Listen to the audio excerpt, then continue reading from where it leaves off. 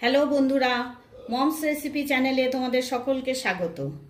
আজকে তোমাদের জন্য আমি চিকেনের একটা নতুন রেসিপি নিয়ে এসেছি। চিকেনের সলিড পিসগুলোকে আমি এরকম ছোট ছোট করে টুকরো করে কেটে নুন হলুদ মাখিয়ে একটু হালকা তেলে ভেজে নিয়েছি। এবারে এই টুকরোগুলোর মধ্যে পেঁয়াজ বাটা দিয়ে দেব,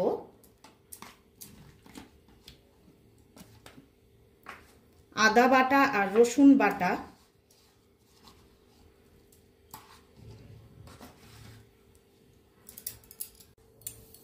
দেব পরিমাণ মতো নুন। যেহেতু আমি নুন আর হলুদ দিয়ে চিকেনটাকে ভেজেছিলাম, তাই এটা আন্দাজ করে দিতে হবে।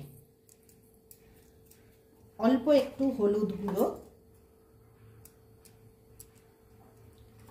আর দেব কাশ্মীরি লঙ্কার গুঁড়ো, অল্প পরিমাণ দিয়ে দেব।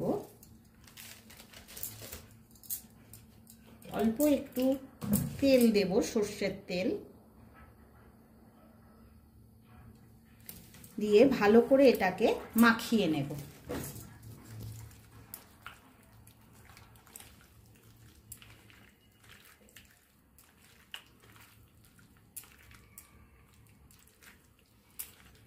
এরপরে আমি এর মধ্যে কাজু, 5-6টা কাজু আর সর্ষে কাঁচা লঙ্কা দিয়ে বেটে নিয়েছিলাম, সেটা দিয়ে দেব।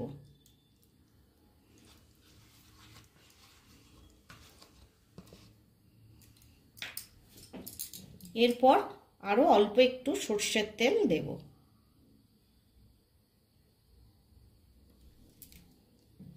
দিয়ে এটাকে আবার ভালো করে মিক্সড করে নেব।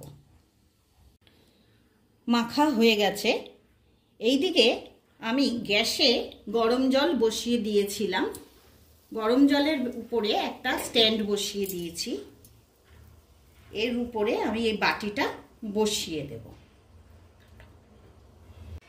এবারে এটাকে ঢাকা দিয়ে দেব, দিয়ে কড়াইটাকেও ঢাকা দিয়ে দেব। আর ফ্লেমটা মিডিয়াম টু লোয়ের মধ্যে রাখবো। তো বন্ধুরা, এবারে আমি ঢাকাটা তুলে দেখব। মাঝখানে আমি মিনিট 10-15 বাদে ঢাকাটা তুলে আমি একটু নেড়ে দিয়েছিলাম। এবারে তারপরে আমি আবার 10 মিনিটের জন্য ঢাকা দিয়ে দিয়েছিলাম। এবারে দেখো বন্ধুরা, চিকেনটা পুরোপুরি তৈরি হয়ে গেছে। চিকেনটা যে সিদ্ধ হয়ে গেছে, এটা নাড়াচাড়াতেই খুলে যাচ্ছে চিকেনটা।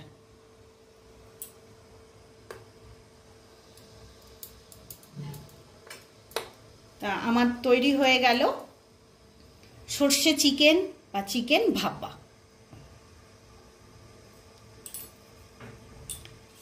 তাই এখানেই আমার রেসিপিটা শেষ।